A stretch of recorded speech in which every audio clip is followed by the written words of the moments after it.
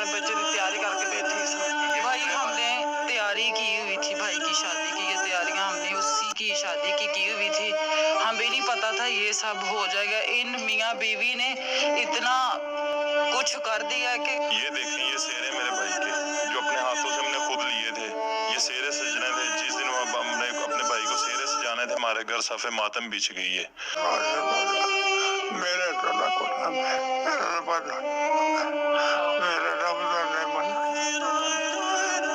के बैठी गर्क हो जाए, खाना खराब हो जाए तो मेरे बच्चे की खुशी नहीं वेखन दी। मैं तो तैयारी की अपने बच्चे की शादी वेखनी करनी सी, सारा कुछ करना सी।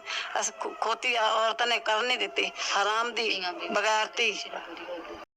ये मेरे घर आया था उस टाइम, उसने मुझे फ़ोन किया था कि आपका पार्सल है मैम, काइंडली नीचे आकर रिसीव कर लें। जब मैंने वो दरवाज़ा खोला था तो उस टाइम ये एंटर हो गया, इसके हाथ में ब्लेड था। नहीं, पहली दफ़ा जब आपसे इसकी मुलाकात हुई, बात हुई तो फ़ोन पे से रहा कि आपसे पहले तो फ़ोन पे इसने 5 to 4 मंथ काफ़ी परेशान किया था।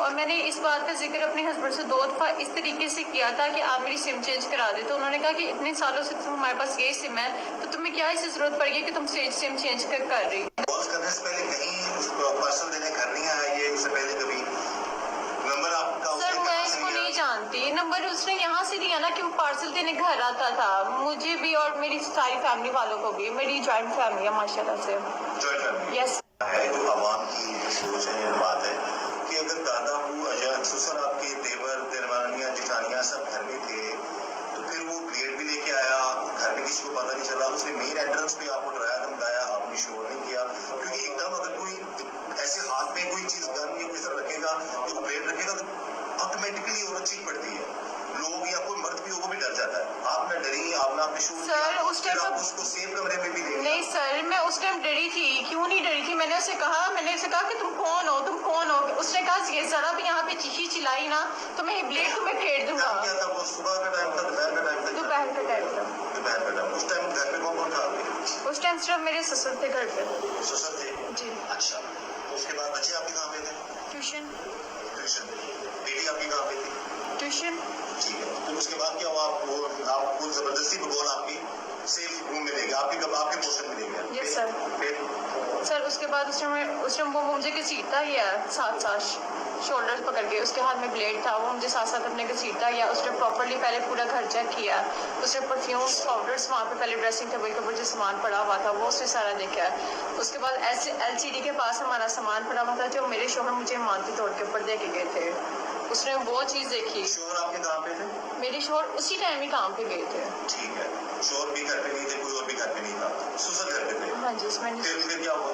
फिर उसके बाद सर उसने मुझे हाथ लगाने की कोशिश किया, ये 10 to 15 मिनट्स हो रहा है ऊपर मेरे साथ, उसने मुझे वहाँ पे हाथ लगाने की कोशिश किया। अच्छा। उसने मुझे प्रॉपर्ली हाथ लगाया, उसने मुझे फ्रंट पे हाथ लगाया, उसने मुझे बैक पे हाथ लगाया। उसके बाद जब मैं चीखती थी या मैं रोती थी तो जोर जोर की तशद्दुद करता था। फिर पता कैसे चला वो घर पे आपके? तो उसके बाद मेरी बेटी कब ट्यूशन से आई हमें बिल्कुल पता नहीं चला। मेरी बेटी आई ट्यूशन से, हमें बिल्कुल पता नहीं चला। और मेरी बेटी जब ऊपर आई ना तो उसने मुझे इसके साथ देखा और मैं बहुत खौफजदा थी कि मेरे साथ साथ मेरी बेटी को ना पकड़े, और वो गालियाँ भी दे रहा था उस टाइम मुझे। और उसका ये कहना था कि तुम ऐसे नहीं मानती तो ऐसे मानोगी, तुम ऐसे मेरी बात नहीं मानती तुम ऐसे मानोगी। नहीं तो अभी चले, मतलब आप जो बात कह रही हैं मान लेते हैं, अगर आप सच कह रही हैं तो उसको ऐसे नहीं करना चाहिए था। 10-15 मिनट तक मिनट तक वो वहाँ पर रहा, फिर आपकी बेटी फिर आपके ससुर को बताया? उनको बताया। क्या बताया? अब उनको बताया कि वो मम्मा के साथ कोई ऊपर बैठा हुआ है, तो अब वो आया। बैठा हुआ था कि आप उस 15 मिनट में भी आपने रेजिस्ट नहीं किया ना? मैं एक जनरल एक आम बंदे के ज़हन में सवाल आता है कि मतलब मेन गेट से ऊपर आता है, ऊपर आके 15 मिनट आपके रूम में बैठा हुआ है, तब भी नहीं 15 मिनट नहीं, कोई 10 मिनट का ही। 10 मिनट 5 मिनट कर लें, आप शोर नहीं मचाती हैं, आपकी बेटी देखती है, उसके बाद जो आगे बताती है तो फिर वो भाग जाता है। नहीं सर, अच्छा, जो मेरी बेटी बेटी नीचे गई ना तो उसने नॉक कर दिया, ऊपर का भी नीचे का भी। उसके बाद नीचे से अब्बू आए, अब्बू आके ऊपर आए ना, उन्होंने दरवाज़ा ज़ोर ज़ोर की जब खड़काया ना तो ये बहुत ज़्यादा डर गया, बहुत ही ज़्यादा डर गया और वो भाग गया उधर को टेरेस वाली साइड पे और उसने ऊपर से मुझे छलांग लगा ली। ये सीन मैंने नहीं देखा, इस ना मैं जानती हूँ ना मैंने ये बात देखी है, क्योंकि जैसे किचन की तरफ को भाग गया ना तो मैं दरवाज़ा खोलने की तरफ को भागी हूँ, तो वो भाग गया, वो वहाँ से भाग गया, वो इतना कमीना था, वो वहाँ से भाग गया और जब वो भागा ना तो उसका एक फ़ोन हमारे घर में रह गया था। यस सर, उसकी शायद बैग पे था या शायद आगे, मुझे इस बारे में। अस्सलाम वालेकुम, कैसी हैं मेरी प्यारी यूट्यूब फैमिली। खुश रहें और सबको खुश रखें, इस उम्मीद के साथ मैं आज की वीडियो का स्टार्ट लेती हूँ।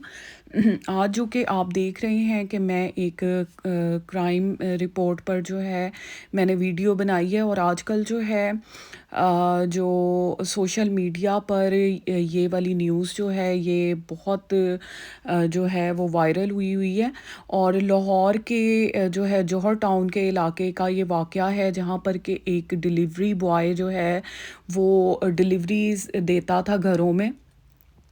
और आप सब ने ये सारी तफसील जो है सुनी तो होगी, लेकिन मैं आपके साथ थोड़ी सी इसलिए शेयर कर रही हूँ ताकि मैं अपना पॉइंट ऑफ व्यू जो है वो आप तक पहुँचा सकूँ, और तो कोई ज़रिया नहीं है इस बात को जो है वो डिस्कस करने का, लेकिन मैं अपने पॉइंट ऑफ व्यू को आप तक पहुँचाना चाहती हूँ। तो ये डिलीवरी बॉय जो था ये इस लड़की के पास आता था डिलीवरी देने के लिए, तो लड़की के बकौल जी इस लड़के को इससे इश्क हो गया और लड़की ने इसको बहुत जान छुड़ाने की कोशिश की। वो इसको कॉल्स करता था, वो इसको धमकाता था, इसको बड़ी बातें करता था। इसने अपने हस्बैंड को नहीं बताया, इसने सिर्फ कहा कि मैंने सिर्फ सिम चेंज करनी है तो आप ना मेरी सिम चेंज कर दें। तो उसने कहा कि सिम चेंज करने की क्या ज़रूरत है, उसके बाद ये चुप कर गई जी। अच्छा जी, अब होता ये है कि लड़की को जो है उसका ससुर जो है वो देख लेता है रूम में और जो है बात खुल जाती है। सबसे पहले जो मेरा पॉइंट है ना, आप ये यहाँ पर नोट करें कि ये लड़की जो थी, अगर इसको ये तंग आ रहा था, ये अपनी डिलीवरीज जो हैं वो मंगवाना बंद कर देती, ठीक है, ये ना डिलीवरीज करवाती, ठीक है। सेकंडली जो है सबसे पहले इसको घर बताना चाहिए था।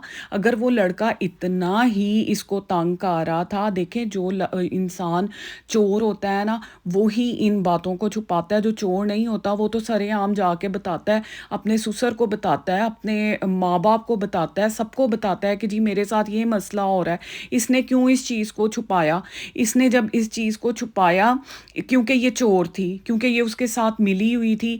फर्स्ट ऑफ ऑल उसने इसको तंग करना शुरू किया होगा, लेकिन आहिस्ता आहिस्ता जो है इसकी दोस्ती जो है वो बढ़ती गई। आप आगे जो क्लिप्स देखेंगे ना, आप उसमें देखें एक पिक है जिसमें ये हंस के उस लड़के के साथ बात कर रही है और ये कह रही है जी वो तो वीडियो कॉल आई, मैं अपनी खाला या माँ के साथ बात कर रही थी, मैंने ऑन कर ली थी। अच्छा जी, सेकंड जब लड़का इसके घर में आया तो उसने इसके ब्लेड रख दिया, तो ये कहती है मैं नहीं जानती थी कि ये कौन है, और वीडियो कॉल तुम किसको कर रही हो? वीडियो कॉल में नज़र नहीं आ रही थी तुम्हें उसकी शक्ल, ठीक है। उसके बाद फिर ये उसने कहा जी मुझे किसी सेफ जगह पर ले जाओ, तो ये डायरेक्ट उसको बेडरूम में लेके गई। बेडरूम की बजाय उसको किचन में क्यों नहीं लेके गई, उसको किसी ड्राइंग रूम में क्यों नहीं बिठाया, बेडरूम में ही क्यों लेके गई? और बेडरूम में जो था इसको पता था कि वहाँ से भागने का एक रास्ता है, टेरेस के थ्रू वो भाग जाएगा, ठीक है। तो वो ना भाग गया। उसके बाद इसने अपने हामंद को एतमाद में लिया।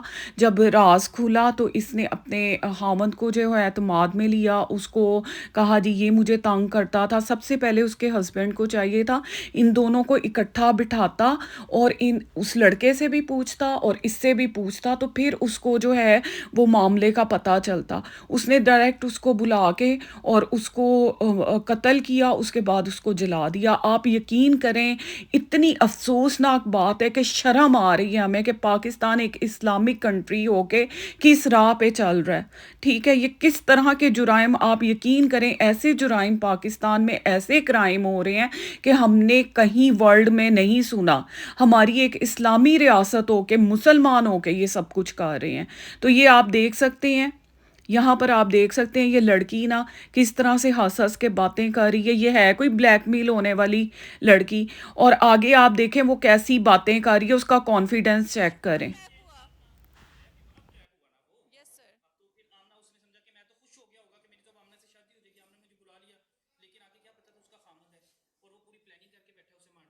मेरे हस्बैंड ने कोई प्लानिंग नहीं की थी, ये आपको मैं 200% श्योर कह सकती हूँ।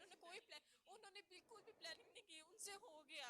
वो जितना परेशान, वो मेरे साथ साथ लेकिन मेरे हस्बैंड ने पिस्टल चलाया। वो हमारा फैमिली पिस्टल है जो कि हर टाइम हमारे घर में रहता है।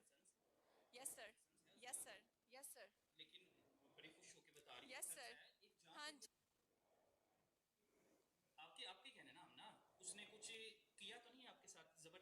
सर, उसने मेरे साथ जबरदस्ती की, उसने मुझे प्रॉपर्ली हाथ में उठाया।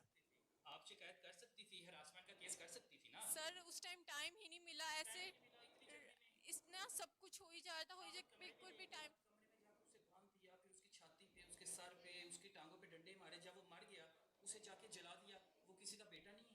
सर ऐसे बेटे भी होने ही नहीं चाहिए, ऐसे बेटे जो दूसरों की बेटियों को, दूसरों के बच्चियों को तंग करे। उसके मोबाइल में आपको पता है कैसी वीडियोस थी, 7-7 साल की बच्चियां थी, छोटी छोटी थी।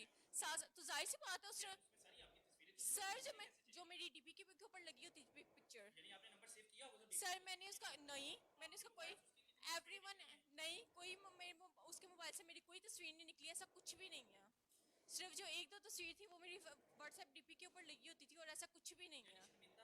हम किसी बात से शर्मिंदा नहीं है। नो, हम किसी बात से नहीं, हमने किसी की जान नहीं ली, सिर्फ ये एक एक्सीडेंट था। इस बात से मैं बिल्कुल भी शर्मिंदा नहीं हूँ। अच्छा, तो उस माँ के बेटे को आम लेने के लिए घर बुलाया था। वो हमारे घर आम लेने आया था। क्या लेने आया था हमारे घर, क्या लेने आया था? आप मेरी बात सुनो। अम्ब लेने आया था, अपनी अम्मा का दुपट्टा लेने आया था। जब ये सब कुछ लेने आया, उसे ऊपर कौन बुलाया? घर में जब वीडियो कॉल कौन सुनता? घर में जब बेटियों वीडियो कॉल कौन सुनता? कोई नहीं, मैं सुनती रही उसकी वीडियो कॉल। उसे घर पे कौन बुलाता? उससे कोई नहीं, मैं बुलाती ही नहीं रही। आप तब डर गए? मैं डर के सर जी, आप अपने खामद को 6 महीने में क्यों नहीं बताया कि ये मुझे तंग 6 महीने में कहाँ पे? उसकी तो जान जानी थी, उसकी तो जान, ऐसे लड़कों की तो जान जानी थी सर जी। आपको सूरवार ना करती? नहीं सर, ऐसे लड़कों की तो जान जानी थी। आप किसी के घर में आके किसी की बहन के दुपट्टे को छेड़ी है, कोई इज्जत है? कि आप गली में जाते हुए मेरी छोटी बच्ची को हाथ लगा रही है, कोई इज्जत है? अब आपकी बेटियों का क्या होगा, बच्चों का क्या होगा? अल्लाह वारिस है। हमने कोई गलत काम नहीं किया। अच्छा, जब ये सारी कहानी थी और सारा वकूआ था, जी, तो यकीनन आपने ये क्लिप देखा होगा और आप इसमें इस लड़की का कॉन्फिडेंस चेक करें कि देखें एक जो है कत्ल के इल्ज़ाम में एक लड़की जो है वो मीडिया से भी बात कर रही है, उसके सामने पुलिस हर कोई खड़ा है और आप उसका कॉन्फिडेंस चेक करें। ऐसी लड़की आया कि किसी से डर सकती है, किसी के दबाव में आ सकती है, जो मीडिया वालों के साथ इतने वो उसके साथ बात कर रही है कॉन्फिडेंस के साथ, उसको शर्म ही नहीं आ रही। आप मुझे बताएं, आप फैसला करें, ऐसी लड़की क्या किसी से डर सकती है? आप मुझे बताएं। और उसके ऊपर कत्ल का इल्ज़ाम है, उसको पता है कि मुझे फांसी भी हो सकती है, कुछ भी हो सकता है, और वो आम और वो मेरे घर आम लेने आया था, अपनी माँ का दुपट्टा लेने आया था। आप उसकी लैंग्वेज चेक करें। ये लड़की जो है ये सरासर जो है ये बगैरत है, और इसकी वजह से उस नौजवान लड़के की मौत हुई। पहले ऐसी औरतें जो हैं वो अपने चुंगल में फंसा लेती हैं लड़कों को, उसके बाद जब उनके राज फाश होते हैं तो अपने आप को सेफ करने के लिए जो है वो मरवा देती हैं। ठीक है, और मैं कहती हूँ कि इस लड़की को ऐसी सज़ा मिलनी चाहिए कि सारा माशरा जो है वो देखे, क्योंकि हमारा जो माशरा है ना वो तबाह हो रहा है। इस तरह की चीज़ें देखकर सबक सीखने की बजाय मज़ीद जुराइम जो हैं उनमें इजाफा हो रहा है। तो यकीन जाने मेरा दिल खून के आंसू रो रहा है कि हमारा पाकिस्तान किस राह पे निकल गया है। एक इस्लामिक कंट्री हो के, मुसलमान हो के आप लोग क्या चीज़ें कर रहे हो कि आपको कानून नहीं नज़र आता? तुम कितने मज़े से उसको मार रहे हो, मार के तुमने उसको जला दिया, अपनी बीवी को जाके जलाओ। पहले ये तो कंफर्म करो कि बात क्या थी। उससे तुमने इंटरव्यू ले लिया है कि जी ये वीडियो बना ली है कि वो अपना जुर्म कबूल करे, जब किसी के भी सर पे पिस्टल रख के आप ना जो मर्जी आप बकवा सकते हैं, उससे जो मर्जी बयान ले सकते हैं। तो प्लीज़ मेरी आप सबसे रिक्वेस्ट है कि आप भी जो है खूब यहाँ पर जो है एहतजाज करें और इन लोगों को ऐसी सज़ा दिलवाएं कि आइंदा कोई ऐसा काम करने की जुर्रत ना करे।